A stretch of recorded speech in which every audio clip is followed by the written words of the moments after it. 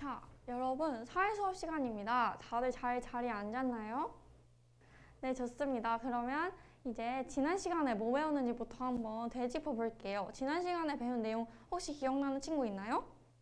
네, 좋아요. 수지가 손을 번쩍 들어줬는데 대답을 해줍시다. 맞습니다. 우리 지난 시간에 나이지리아랑 콩고 민주공화국 이 두 나라에 대해서 배우면서 자원이 인간 활동에 어떠한 부정적인 영향을 끼쳤는지에 대해서 살펴봤었어요. 잘 기억을 하고 있네요. 그러면 우리 오늘은 어떤 내용을 배울지 다 함께 살펴보도록 할게요. 자, 생각력이 잘 노래 선생님이 사진 두 가지로 준비를 해봤습니다. 뒷자리에 앉아있는 민지 잘 보이나요? 네, 좋아요. 그러면 우리 첫 번째 사진이 뭔지 한번 다 같이 얘기를 해볼까요? 네, 맞아요. 이거 우리 동네예요. 맞습니다. 그럼 선생님이 우리 동네를 왜 찍었을까요? 뭐를 찍고 싶었을까요? 네, 민지가 잘 말을 해줬는데 맞습니다. 선생님이 대관령 위에 있는 저 풍력발전소가 보이는 게 너무 예뻐서 사진을 한번 찍었어요. 풍력발전소 보이는 모습을 확인할 수가 있습니다. 그러면 우리 두 번째 사진. 이 두 번째 사진은 어떤 모습인가요? 맞아요. 우리 학교 모습이에요. 우리 학교 옥상 모습이에요. 맞아요. 다들 잘 대답을 해주고 있는데 그러면 이 두 번째 사진에서 혹시 이게 뭐지? 이게 뭔지 모르겠어요 하는 부분 있나요? 찾아보는데 선생님이 시간을 잠깐 줄게요. 칠판에 선생님이 오늘 배울 핵심 내용을 정리하는 동안 오늘 두 번째 사진에서 어떤 게 궁금한 점이 있을지 한번 생각을 해보면 좋을 것 같습니다.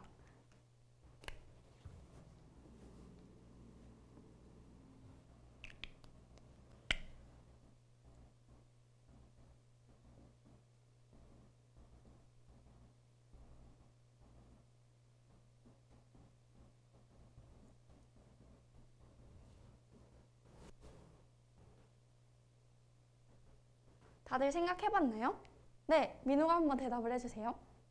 네, 민우가 우리 이 학교 옥상에 있는 저 판때기가 뭔지 모르겠어요 라고 대답을 해줬어요. 다른 친구들도 그런가요? 네, 다들 마찬가지로 어디서 많이 본 거긴 한데 저게 뭔지 잘 모르겠어요 라는 대답을 해줬습니다.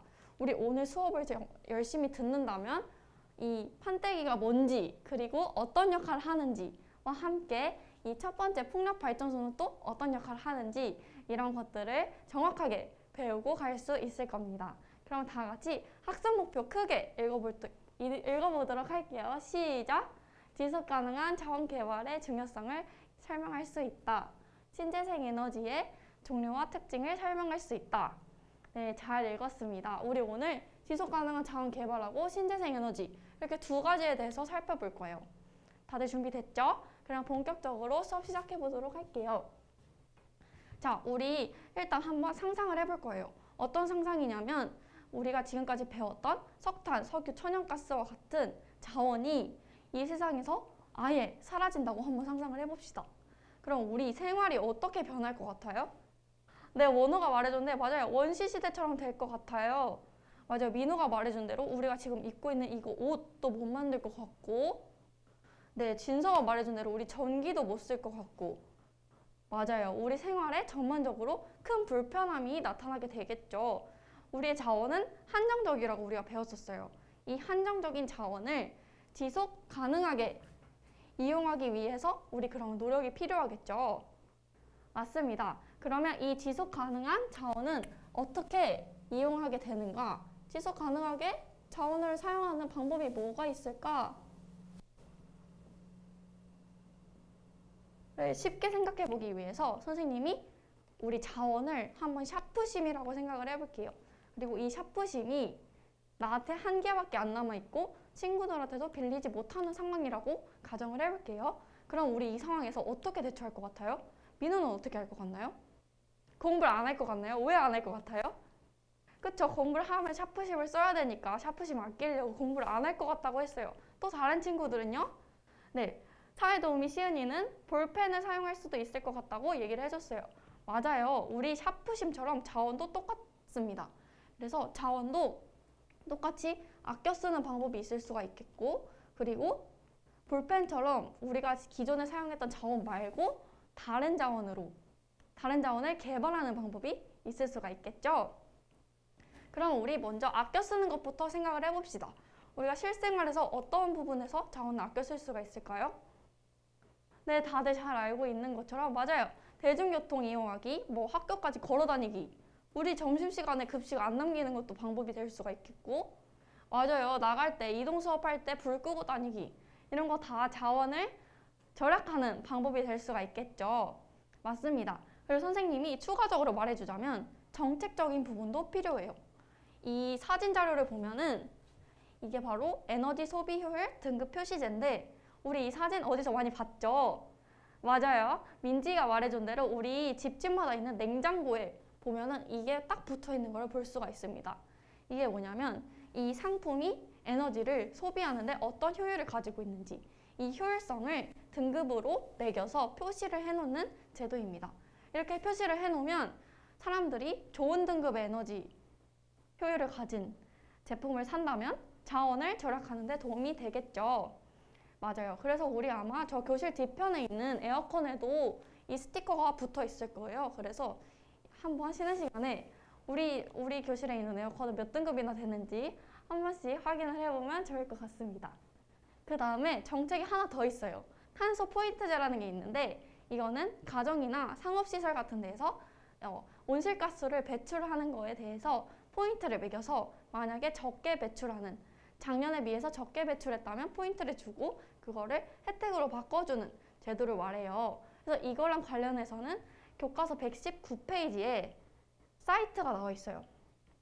보이죠? 119페이지 사이트에 가보면 포인트제가 뭔지, 포인트 또 얼마나 받을 수 있는지 이런 게 자세하게 나와 있으니까 관심 있는 친구들은 사이트에 한 번씩 들어가 봐도 좋을 것 같습니다.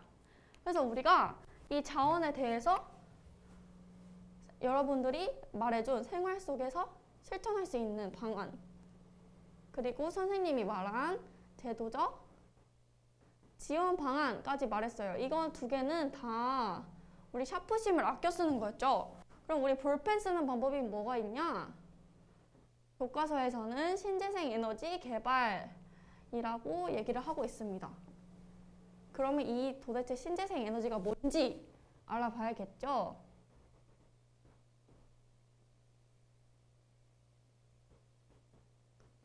이 신재생 에너지가 뭐냐면 우리가 화석연료를 재활용하거나 혹은 재생이 가능한 자원을 이용해서 에너지를 만들어내는 거를 신재생 에너지라고 합니다. 그럼 우리가 이 이름하고 뜻을 딱 들었을 때 어떤 느낌이 들어요? 네, 수지가 말해준 것처럼 맞아요. 깨끗한 느낌이 들어요. 맞습니다. 신재생 에너지는 화석연료에 비해서 환경오염이 덜하다는 장점을 가지고 있어요. 그리고 또 어떤 장점을 가지고 있냐면 화석연료에 비해서 비교적 지구상에 골고루 분포하고 있습니다. 이게 어떤 의미냐면 우리가 이렇게 길을 걸어가다가 땅에서 석유가 솟는 걸 볼 수가 있나요? 보기 힘들죠. 하지만 우리 학교 등교하는 길에 대관령의 풍력발전소가 이렇게 있는 걸 볼 수가 있습니다. 왜냐? 바람은 언제 어디서나 부니까요. 근데 물론 풍력발전소가 언제 어디나 있는 게 아니에요. 우리가 살고 있는 대관령 주변 지역은 대관령에서 바람이 아주 잘 부는 지역이기 때문에 풍력발전소가 나타날 수가 있는 거죠. 하지만 화석연료랑 비교를 해봤을 때 비교적 지구상에 골고루 분포해 있는 자원이다 라고 생각을 할 수가 있겠습니다. 그리고 장점이 있으면 단점이 있겠죠. 신재생 에너지의 단점도 있어요. 단점은 뭐냐면 일단 초기에 개발하는 비용이 비싸다는 것과 그리고 두 번째는 자연환경의 영향을 너무 많이 받는다. 그래서 모든 자연환경에 다 있을 수 있는 게 아니라 각각의 자연환경에 알맞는 신재생 에너지가 있는데 이거는 우리가 이따가 모든 활동을 하면서 좀 더 자세하게 배워볼 겁니다. 그러면 우리 이제 신재생 에너지에 어떤 종류가 있는지 알아볼 건데 종류가 되게 많은데 우리는 오늘 5가지만 알아볼 거예요. 먼저 수력. 한자를 생각하면 쉬워요. 물 숫자죠. 그래서 물을 이용한 에너지를 말하는데 물이 단순히 물만 있으면 되는 게 아니라 물이 떨어지는데 필요한 물이 흐르면서 떨어지는데 이 떨어질 때 에너지를 수력 에너지라고 해요. 그렇기 때문에 낙차라는 개념을 사용해야 합니다. 낙차가 뭐냐면 떨어질 낙의 차이 할 때 차를 말해요. 그렇기 때문에 떨어지는데 필요한 높이 차이라고 이해를 하면 편하겠죠. 수력은 낙차를 이용해서 물이 떨어지는 것을 이용해서 만들어내는 에너지다라고 생각을 하면 됩니다. 그 다음에 우리 풍력은 바람 풍자죠. 그래서 바람을 이용한 에너지다라고 생각하면 되고, 조력은 말이 조금 어려운데 우리 이미 다 배운 내용이에요. 우리가 바다, 해안 지역 배울 때 조석 간만의 차 배운 거 기억나나요? 이게 바로 조력하고 관련된 건데, 밀물과 썰물의 차이를 이용해서 에너지를 만드는 거를 조력이라고 합니다. 그리고 지열도 있어요. 이것도 한자를 생각하면 편한데, 땅지에 열 할 때 열, 땅의 열을 이용해서 에너지를 만든다 라고 생각하면 되고,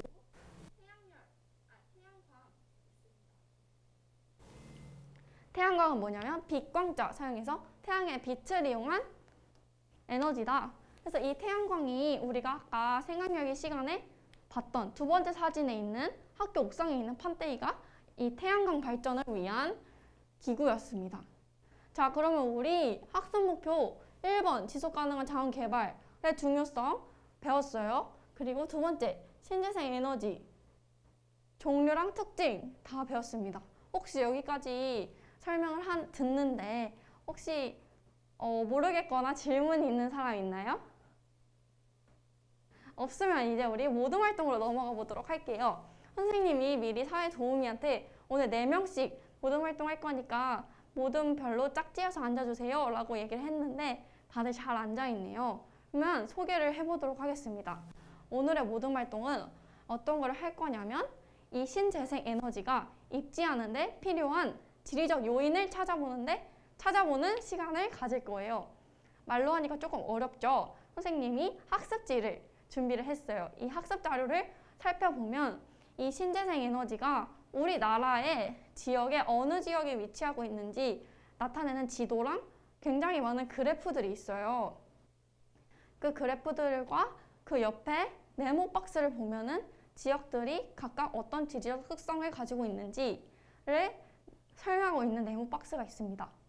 그러면 여러분들은 신재생 에너지가 어디에 위치하고 있는지 지도에서 찾은 다음에 그 지역을 찾아서 네모 박스에서 찾아서 지리적 특성을 정리를 하면 쉽게 신재생 에너지랑 지리적 특성을 연결 지을 수가 있겠죠.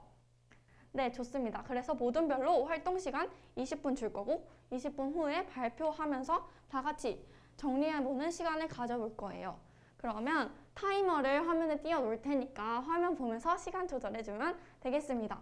이제 활동 시작해주세요. 민은혜조는 질문이 있는 것 같은데 어떤 질문이 있나요?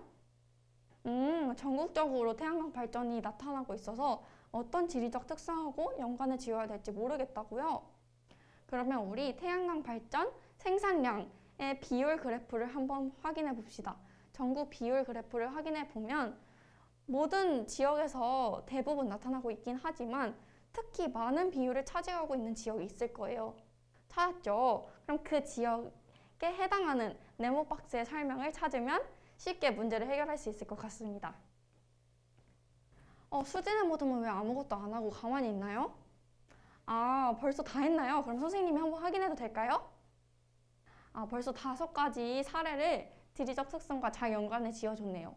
그러면 수진의 모둠은 학습지 뒤에를 살펴보면 선생님이 우리나라 지역 사례 말고 다른 나라, 세계의 다양한 신재생 에너지 개발 사례들을 나타낸 자료들을 준비해 놨어요. 그래서 그걸 보면서 세계 지역들은 어떤 신재생 개발을 하고 있는지 다양한 사례를 같이 찾아주면 될 것 같습니다.